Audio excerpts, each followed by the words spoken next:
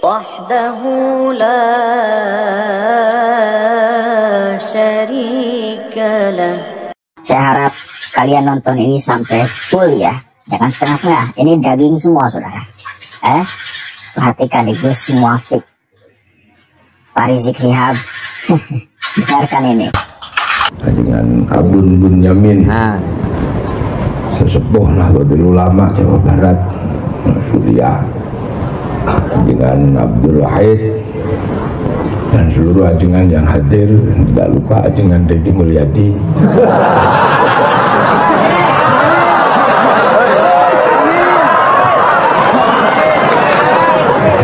Amin. Ya itu ajengan yang asli itu yang ini. Sayyidina Umar ini kan orang paling keras. Mana ada orang sekeras Sayyidina Umar? Alisnya nyatu gitu, nggak pernah senyum. Baca Qurannya seorang sekampung nggak ada yang berani dengar. Bismillahirrahmanirrahim, alhamdulillahirabbil alamin, nggak ada orang berani. Kalau yang lembut-lembut itu kan Sayyidina Utsman. Bismillahirrahmanirrahim. Kenapa bilang Allah? Tadi kok enggak? Nah, berarti pangkatmu tidak kelas Sayyidina Umar, maka jangan sok galak.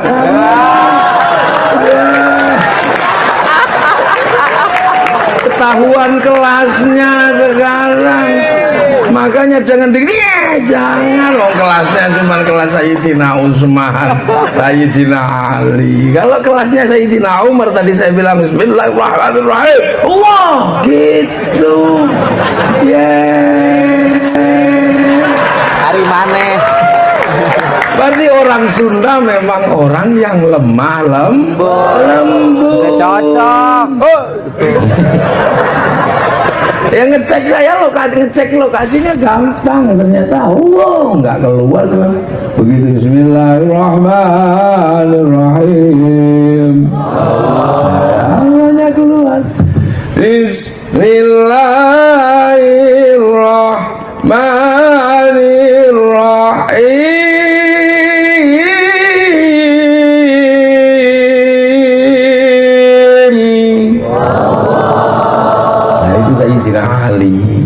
Berarti orang sini memang lembut. Berarti cerita yang galak-galak itu bukan asli dari sini. Berarti korban huwa. Itu Sayyidina Umar keras, jangankan manusia, iblis itu dengar Sayyidina Umar lari. Kalau khutbah itu nggak ada yang berani gini sama Sayyidina Umar. Pedang ditarik, ittaqallah, gini semua orang masjid. Sayyidina Umar kerasnya luar biasa. Makanya waktu meninggal Sayyidina Ali itu bernadar, orang kok kerasnya kayak gini, saya pengen ngerti. Kalau ditanya malaikat mungkar nakir jawabnya apa kira-kira. Maka ninggalnya Sayyidina Ali, Sayyidina Umar, kuburnya di kuping sama Sayyidina Ali. Assalamualaikum, salam. Siapa itu? Mungkar nakir ya Umar. Ada apa? Mau nanya apa? Imar Rabbuka, ya Allah. Kenapa lagi? Udah itu aja deh, nggak jadi.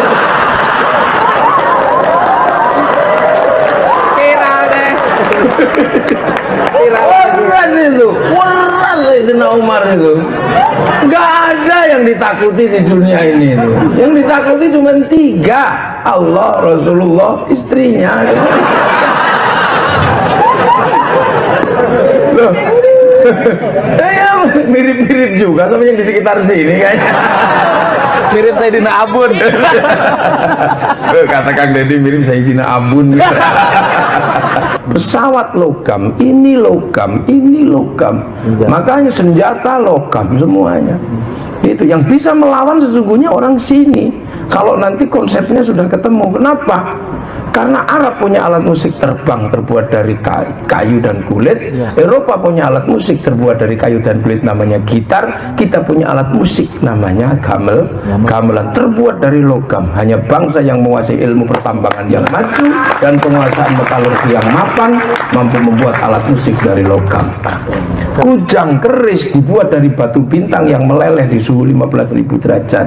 Jerman sekarang mampu melelehkan logam logam sampai di 7000 derajat. Karena di atas itu reaktornya nggak kuat. Kita sudah nggak ngerti 15.000 derajat masa lalu itu api apa. Karena kita sudah tidak berpikir itu, bahkan kerisnya kita musyrikan sehingga kita kehilangan ilmu dan kehilangan metalurgi yang ada. Ini diem-diem sebenarnya kita kehilangan banyak. Gamelannya dimusyrikan juga. Akhirnya yang laku jualan organ. Akhirnya organ tunggal. Akhirnya organ tunggal yang laris itu. Ya kan, inilah Indonesia. Punya banyak hal. Nah, Nabi Sulaiman lahir nabi baru lagi, punya kehebatan yang luar biasa. Bangun pembangunan apa saja pakai jin. Burung diajak ngomong, semut diajak ngomong, sampai kentut bisa diajak ngomong. Makanya kalau Nabi Sulaiman ada orang kentut nggak pernah ribut, karena kentutnya ditanya, kamu kentutnya siapa? Kentutnya Muafik. Udah selesai, nggak ada pertanyaan. Ini Nabi Sulaiman, dan Nabi Sulaiman ini yang bangun kota besar namanya Baitul Muqaddas yang sekarang ada di Filistin itu. Dari Bani Israel lahir lagi nabi besar namanya Isa alaihis salam, punya kitab namanya Injil. Dari kitab itu lahir agama besar namanya Nasrani. Bahkan sampai hari ini pusat kotanya ada di Vatikan. Pemimpin tingginya namanya Paus. Sampai di beberapa negara namanya kardinal, ada namanya romo, uskup di semua negara. Nah, di zaman Rasul ini mau ditutup nggak bisa, karena Yahudi Nasrani itu hidupnya enak. Dia nyerang Romawi kalang kabut. Padahal Romawi negara terkuat di Eropa waktu itu, punya Tuhan namanya Zeus, menikah dengan istrinya namanya Hera, punya anak Hercules. Dia ditabrak sama orang Yahudi Nasrani, KO orang Romawi. Akhirnya orang Romawi punya kepintaran, kalau aku mau menang dengan orang Yahudi Nasrani kan kucuri kitabnya. Ambillah Taurat, ambillah Injil. Akhirnya berubah jadi Old Testament dan New Testament. Akhirnya perkelahian berani. Akhirnya Hawariyun kalah, tapi Romawi bangkrut. Akhirnya melakukan embargo emas. Karena embargo emas dilakukan oleh Romawi, negara Asia kekurangan emas. Yang paling parah adalah orang India. India kehilangan emas karena India ini hidung emas, kaki emas, kuping emas, gigi emas orang India. Di embargo Romawi nggak punya emas, pecah perang ras dua, satu ras Arya, satu ras Weda. Ras Weda keluar dari India, terdampar di Pulau Maldives, bikin kerajaan Salangkanaya. Punya anak namanya Mula Warman, bergeser ke ujung timur Kalimantan, bikin kerajaan Kutai Kartanegara. Punya anak Dewa Warman masuk ujung kulon, bikin Salokonegoro. Masuk pedalaman Jawa Barat, anaknya namanya Purnawarman, bikin Tarumanegara. Punya anak Senasan Hageser Galuh. Punya anak Sanjaya masuk pedalaman Jawa Tengah, bikin kerajaan besar namanya Mataram. Ini dunia bergerak seperti itu dari dulu. Mataram menjadi besar karena apa? Hidup di negeri kaya seperti Nusantara. Tapi pecah perang antara antara dua kekuatan. Yang satu bangsa Sanjaya Hindu, yang satu bangsa Sailendra Buddha. Bangsa Sanjaya sampai nggak mau jadi raja, namanya Panuku, pergi ke India belajar ilmu arsitektur, pulang dikenal dengan nama Resi Gunadarma. Yang bangsa Sailendra semakin kuat, punya raja namanya Garung, bergelar Semaratungga. Saking kerasnya akhirnya dia menang perang, tapi waktu selesai perang mau bikin candi nggak punya arsitektur, maka minta si Panukuh yang orang Hindu atau si Gunadarma bangunkan candi.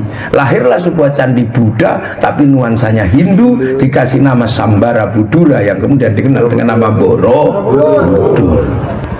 Akhirnya kemudian Wangsa itu bersatu karena anak Semaratungga namanya Pramodawardhani jatuh cinta sama Panukuh atau Gunadarma. Diambillah menantu, akhirnya orang Hindu jadi raja di kerajaan Buddha bergelar Rakai Pikatan. Habis itu kemudian orang Hindu dibikinkan candi namanya Prambanan, dikomandoi oleh namanya Resi Kumbayoni, bahwa pengawasan Lokapala putra Ragai Bikatan rukun. Habis itu maka Balaputra Dewa ketika pulang ke Palembang bangun Sriwijaya, nggak ribut masalah agama, Sriwijaya jadi besar. Yang Hindu kemudian bergeser ke timur dipimpin Sindok, menghasilkan wangsa-wangsa di timur, nggak lagi ribut karena sudah punya pengalaman. Akhirnya menjadi kerajaan besar namanya Singasari, yang di sini bernama Pajajaran. Udah nggak ribut karena sudah punya pengalaman kenegaraan dan keagamaan. Di zaman Majapahit dikuatkan kembali dalam Bhinneka Tunggal Ika. Artinya bangsa ini dari dulu berbeda-beda dan semenjak itu saling menjaga. Makanya kalau hari ini ada banser jaga gereja, jangan diolok-olok. Itu warisan asli bangsa Indonesia. Itu warisan asli. Memang dari dulu kita beraneka ragam. Makanan paling beraneka ragam itu makanan Indonesia. Apa aja bisa dimakan. Apa omongan paling beraneka ragam? Omongan Indonesia. Di Jawa Timur sana ya opo, Jawa Tengah apa kepiye, Jawa Tengah ke sini kepriwe, sampai sini kunaon, neneon, aya naon, kumaha, daramang. Ini bahasa paling banyak kita ini. Makanan paling banyak, bahasa paling banyak, bahkan hantu paling banyak dunia itu. Orang Eropa mengenal Casper sama vampir, sama paling Dracula. Orang Arab iblis sama jin, jin ahmar paling ya. Sini macam-macam. Ada genderuwo, ada kunti, ada wewe gombel, gundul pringis, ada tuyul. Ngalah banyak sekali jumlahnya di sini. Ini makanya menjadi sebuah keberagamaan dan kita memiliki apa yang nggak mereka miliki. Semua punya kita. Orang Eropa punya cerita besar namanya Cinderella. Kita punya cerita besar bawang putih, bawang merah, sama aja. Orang sana punya kisah cinta namanya Romeo Juliet. Di Jawa ada ande-ande lumut. Sana punya cerita besar yang namanya Samson. Kita punya cerita besar Sang Kuryang, pahit lidah Bantung Bondo. Sana punya cerita kura-kura ninja. Kita punya cerita Kancil Nyuriti. Apa bedanya? Semua punya kita itu.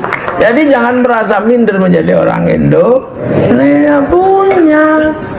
Makanya kita ini kadang orang ini dibikin nggak pede menjadi orang Indonesia. Betul. Jadi nggak pede. Ayam gede dikit, ayam Bangkok. Jambu gede dikit, jambu Bangkok. Kunci bisa belok kiri ke kanan, kunci Inggris. Yang asli sini tinggal gula Jawa. Rambut hitam di merah-merah. Akhirnya jadi LKMD loh, untuk komengendasi. Jadi kita ini lengkap sebenarnya perbendaharaannya. Apa yang nggak ada? Gus Dur sakit, stroke 8 kali nggak mati. Seluruh dunia ini geger. Wah, ada orang 7 kali mati kok. Apa 7 kali stroke 8 kali kok nggak mati? Mereka ke sini. Ternyata mereka kaget obatnya cuma air doang, gitu. Itu aja. Itu aja tiap pagi. Mereka lebih heran lagi karena di Indonesia ada pengobatan yang namanya pengobatan Bluetooth. Apa? Orang nganyang-nganyangan jempolnya yang diikat. Ininya yang ditaleni kan, pakai merang, pakai apa. Mestinya nganyang-nganyangan kan ininya yang diikat, bukan ininya. Hanya orang Indonesia yang punya pengobatan sakit mata dikasih kencing.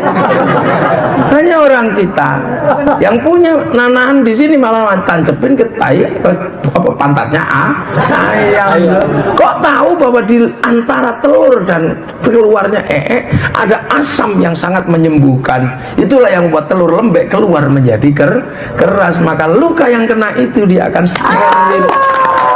Untuk tahu kecerdasan budaya. Apa itu karena dulu ditengok-tengok begini ya kita nggak tahu. Hebat nenek moyang kita ini. Seluruh dunia nggak ada yang bisa makan gadung. Satu-satunya bangsa yang bisa makan gadung itu bangsa kita. Oke, jelas gak? Ini penting loh.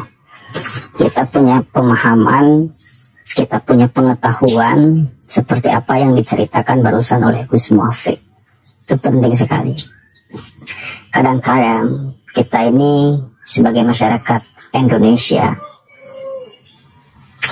masyarakat Jawa Barat, minder ketika berhadapan dengan orang lain.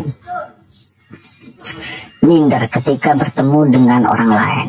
Macam-macam keminderannya. Merasa bahwa kita lebih bodoh daripada yang lain. Merasa kita lebih jelek daripada yang lain. Merasa kita lebih kurang daripada yang lain. Tuh, sehingga banyak orang lain yang seenaknya di sini. Bahkan tidak segan membawa budaya mereka dan menghina-hinakan budaya kita. Kenapa? Karena kitanya diam saja.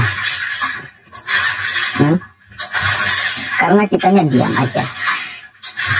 Ini saya kira yang mesti diubah dari masyarakat Indonesia, khususnya masyarakat Jawa Barat. Ketahui itu semua, sejarah-sejarah kita, bahwa nenek moyang kita ini luar biasa. Maka berkali-kali KDM itu memberikan penjelasan persoalan nenek moyang. Kenapa? Karena aspek sejarah itu penting, agar supaya kita menjadi manusia yang pede. Ketika kita pede, maka insya Allah penjajahan di atas kita akan terhapuskan.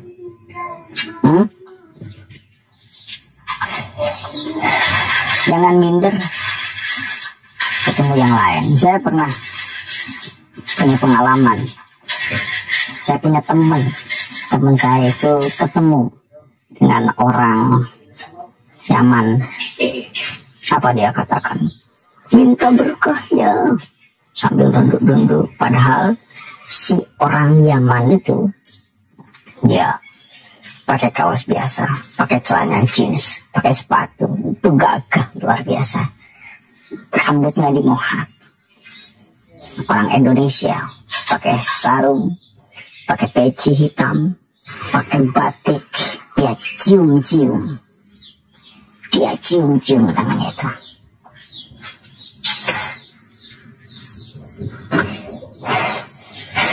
Bagi saya itu persoalan mental, Pak. Itu persoalan mental. Bukan tidak boleh menghormati yang lain, tapi jangan berlebihan seperti itu. Kita itu menghormati orang lain cukup karena ilmunya. Karena ilmunya. Dan lagian yang diperbolehkan kita dihormat oleh orang lain atau menghormati orang lain itu karena ilmu. Selain daripada itu, biasa aja lah. Sok gede hulu mungkin. Kalau kata bahasa sudah masuk gede hulu.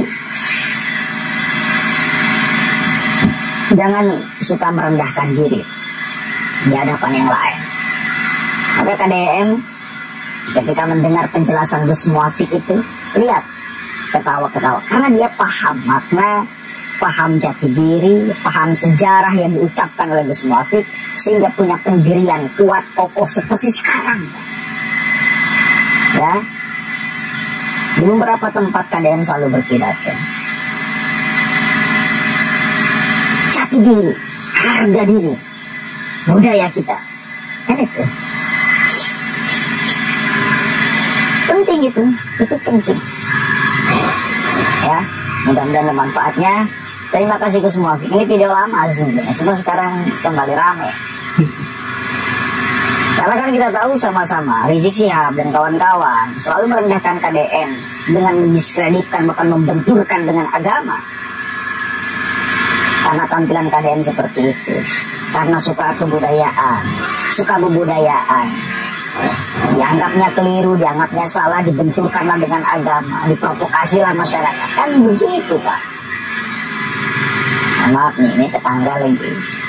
Sebenarnya begitulah kehidupan di Indonesia dengan tetangga seperti ini. Nggak jadi soal.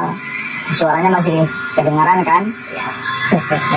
Itu Gus Muafik mengatakan KDM itu ajengan, Deddy Mulyadi itu ajengan yang sesungguhnya.